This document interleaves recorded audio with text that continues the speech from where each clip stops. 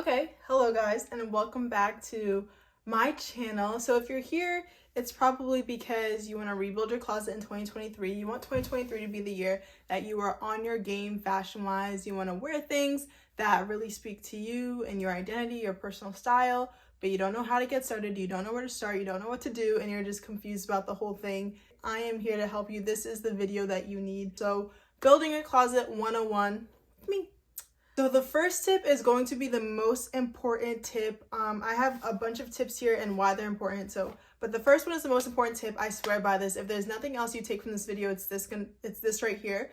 Is to get dressed every day and make an outfit every single day. What I mean by get dressed every single day is be intentional with what you're putting on your body. If you're making outfits for every single thing in your closet, then you're getting good wear out of everything in your closet. It also helps you to visually see what you like and don't like on your body, and this really helps with building your closet, because if you're getting dressed every day, if you're putting a new clothing item on your body every single day instead of going to, sweatpants and hoodies and sweatpants and hoodies and sweatpants and hoodies, and you're venturing out to the other things that you have in your closet, you're able to see what colors you like and don't like on you, what textures you like and don't like on you, the silhouettes that you like. So I know that when it's time for me to go shopping, I know I should look for these colors, these silhouettes, and these styles, and I should stay away or avoid these silhouettes, these styles, and these colors. It also helps you to decide what is serving you and what is not serving you in terms of your clothing. So if you're getting dressed every single day, if you're putting on a new outfit every single day, you get to see, hey, what am I leaning towards? What do I wear a lot and what have I not touched at all this month or this quarter or this season or something like that. But if I'm getting dressed every single day out of the year, and I did not touch that item once, or I only picked it up like 1-2 times and I could barely style it, I could barely figure out what I wanted to go along with it, then I know it's probably something I don't need to hang on to. And I know for a fact that I've tried to style it, I've tried to put it on my body, and it just hasn't worked out. So now I can get rid of it. Also, it just really helps with your creativity. I can't tell you how many times I've put an outfit on my body, some kind of combination that I didn't think or expect would go together, and I ended up loving it. It was one of my favorite outfits. So that's always something that is a plus and comes out of getting dressed every single day. Another thing is that it's a mood booster. Just how some people, they love to put makeup on their face and go about their day, wearing an outfit that you really love or that you're proud of or something that you put a little bit of effort to is a mood booster. Get dressed every day.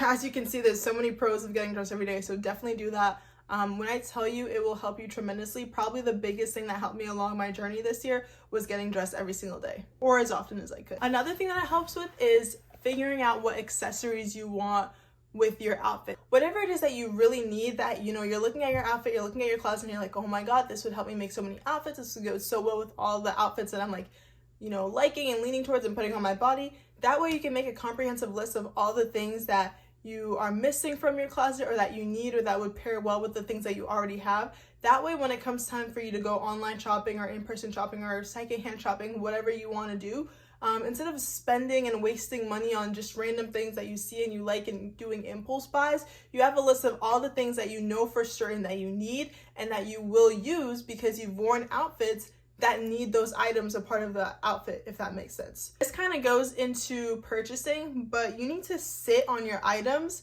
before you buy them. What I do is I take the link and I put it in a Google Doc or a spreadsheet or my notes or whatever the case may be, and then in a couple of months I revisit that note, I click on the link, and I'm like, I'm not really feeling this anymore. Or I'm like, you know what, I still really want this. Like, I still think this would be such a great addition to my closet. It also gives you a lot of time to see what you can actually do with that piece. So for example, if I see these really cute pair of leather red boots and I'm like, oh my god, these are so cute, I really want them, I'm gonna sit on them for like a month, 3 months, maybe even 6 months. During that 1 to 6 months where I'm sitting on it, I'm not really sure if I'm gonna buy it or not, I'm going through my closet, I'm looking at my pieces, I'm thinking to myself, how many outfits can I make with these red boots? What would I pair it with? What outfits could really go well? What tones would complement it? How much red do I already have in my closet? All that kind of stuff, so I know when I go back to it in like 3-6 months and I still like it, not only do I know, hey, I still like this clothing item, but I know for a fact I can also make outfits with it with the closet that I already have. My third tip is to invest in basics. When I tell you guys that basics will take you such a long way, and it's amazing. I feel like a lot of issues that I personally had when I was trying to find my personal style, and a lot of people have, is that People invest in a lot of unique pieces, a lot of trendy pieces, and a lot of pieces that kind of fit the aesthetic they're going for, but they don't invest in the basics that are necessary to kind of reach that goal. I feel like a lot of people want to go from 0 to 100, where in reality, in order to get to your personal style, you need to take baby steps. When you're making an outfit, everything cannot be a statement piece. You need a couple basics in every single outfit. Basics is what makes your statement piece even more of a statement, if that makes sense. Every statement needs to be paired with a staple. And if you guys don't know what I mean when I say staple versus statement, a staple piece, I'll put some on the screen, but a staple piece is just something that's basic, neutral, one color, no design, stuff like that. Whereas a statement is something that might have a lot of colors, bright colors, design, something that's more unique, something that stands out a little more in an outfit. My fourth tip, which is also a really important tip, is to find fashion creators that look like you on TikTok, Instagram, Facebook, Twitter, Pinterest, wherever the case may be. I have a TikTok where I post a bunch of fashion content all the time, and I follow a bunch of people who also post fashion content, and I love it. At the end of the video, actually, I'm going to recommend a couple videos to you guys so you guys can go check them out because they're super, super helpful. And also, inspiration doesn't necessarily always have to be what the person is wearing, but it could be where the person is shopping. So for example, if you follow someone and you really like their sense of style, and maybe you're not looking for the exact pieces that they own, but you want to know where they shop because their overall vibe or their overall aesthetic is something that you gravitate towards, that's a really good place to familiarize yourself with different stores and different sites and maybe different small businesses that you may not have known before. And they also, people who share a lot of fashion content, they're able to give you a lot of tips, tricks, ideas, inspiration. They're able to give you things that kind of you can take along and bring onto your journey. I follow someone who, she talks about jeans and color schemes and the color wheel and, different jackets for different occasions. And that might sound boring to someone, but someone who genuinely likes fashion and genuinely likes, learning about how different silhouettes look on different body types and things like that, that could be something that's super interesting. So not only are they giving you inspiration and places to shop, but they're also giving you some really cool tips that you can take along the way and will be super beneficial in your journey. And trust me, the more content you consume that is fashion related, the better your fashion sense will become. My fifth tip is to try different styles. The best part about finding your own unique style is the fact that you get to experiment and try things that are new and different. I think it's really cool to take the pieces that you already own and see how many different aesthetics you can kind of curate with what you already have and see what aesthetic is making you most comfortable, in your body and in yourself. Picking and choosing from different aesthetics and not following it completely, but seeing what is it about this look or what is it about this style that I enjoy, and let me build off that. My sixth thing, I know a lot of people are always like, oh my god, I can't go to thrift stores, I never see anything I like, da da da. Honestly, I'm gonna be very honest. If you don't have the I don't know what better way to explain this, but if you don't have the thrifting kind of personality, kind of vibe or aesthetic to you, then most likely than not, when you go to thrift stores, you're not going to find much. I feel like the people who usually score big at thrift stores are the people who are on their about thrifting, you know what I mean? They're on their game, they thrift at least once a week, and they're really invested in investing in secondhand. What I would say for the population of people who aren't big thrifters, but they want to get cool, unique pieces for cheaper amounts of money. This is gonna sound I don't know, but you have to go to big cities to thrift. You cannot thrift in your small town. If you don't want to go to big cities, I would say go to affluent communities. If they have a Salvation Army or something, if they have something in a super rich town, then those hand-me-downs are gonna be nice.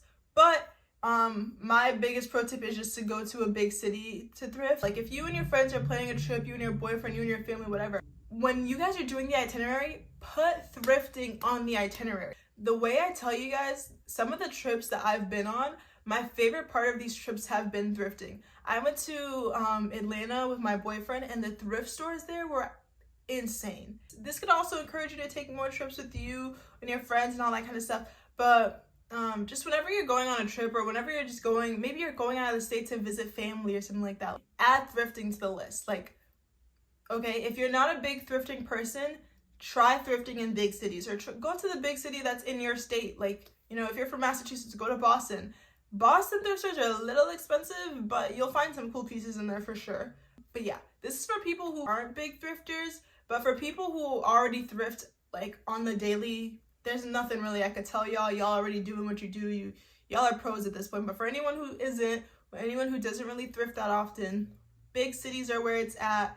Rich communities are where it's at. Yeah, and if you don't score there, then I really don't know what to tell you, because if you can't find anything in the big cities and you can't find anything in the rich towns, maybe thrifting just isn't for you. My next tip is something that I think is actually really, really fun to do, and I do it, and honestly, if I like a piece, like if I buy something and I really like it, and then I do this test with it and it doesn't pass the test, I have to return it. And this is what the test is. The test is making the amount of outfits that you paid for the item for. So what I mean by that, I might not have worded that correctly, but what I mean by that is, let's say you buy a skirt for $11. If you buy a skirt for $11, you need to go home and make 11 different outfits with that skirt. If you cannot make 11 different outfits with that skirt, you need to return it. But if you buy something for $20 and you've made 75 different outfit combinations with it, that's a good item. That's a good item. And that's a good, thing to invest in. One last thing I want to say before I leave is I do want to share some of my favorite recommendations with you guys, so you guys know what videos to watch after this and where to go after this. So obviously I have my own personal style, so I can only recommend people who I watch and who I gravitate towards. But I definitely recommend Najja. She is always making fashion content, inspiration ideas. And I like the way that she ventures out into different aesthetics, different pieces that, aren't like widely seen.